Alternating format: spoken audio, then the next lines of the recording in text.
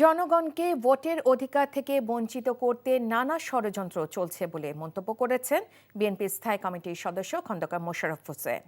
রাজধানী দিলকুশায় একটি হোটেল যুবদল, স্বেচ্ছাসেবক দল ও ছাত্র দলের ইফতার মাহফিলে অনুষ্ঠান শেষে একথা বলেন তিনি। দ্রুত নির্বাচনের রোডম্যাপ ও তারিখ ঘোষণা করে অন্তর্বর্তী সরকারকে জনগণের কাছে ক্ষমতা হস্তান্তরের আহ্বান জানান খন্দকার মোশাররফ। অনুষ্ঠানে বিএনপি সিনিয়র যুগ্ম মহাসচিব রুহুল কবির রিজভী জানান, আগামী জাতীয় নির্বাচন নিয়ে তামাশা ও অন্তরালে নীল নকশা আঁকা হচ্ছে কিনা তা নিয়ে জনগণের মধ্যে আশঙ্কা তৈরি হচ্ছে। বলেন, কোনো সংস্কারই চূড়ান্ত নয়, অন্তর্বর্তী সরকারের করা সংস্কার 40 বছর পরও ব্যর্থ হয়ে যেতে পারে। জনগণ 16 বছর যাবৎ এই ভোটের অধিকার থেকে বঞ্চিত। জনগণ প্রত্যাশা করছে ভোটের অধিকার। এই বিষয় নিয়ে কিন্তু নানা ধরনের ষড়যন্ত্র চলছে। মানুষ মনে করছে আসন্ন নির্বাচন নিয়ে একটা তামাশা তৈরি হচ্ছে কিনা।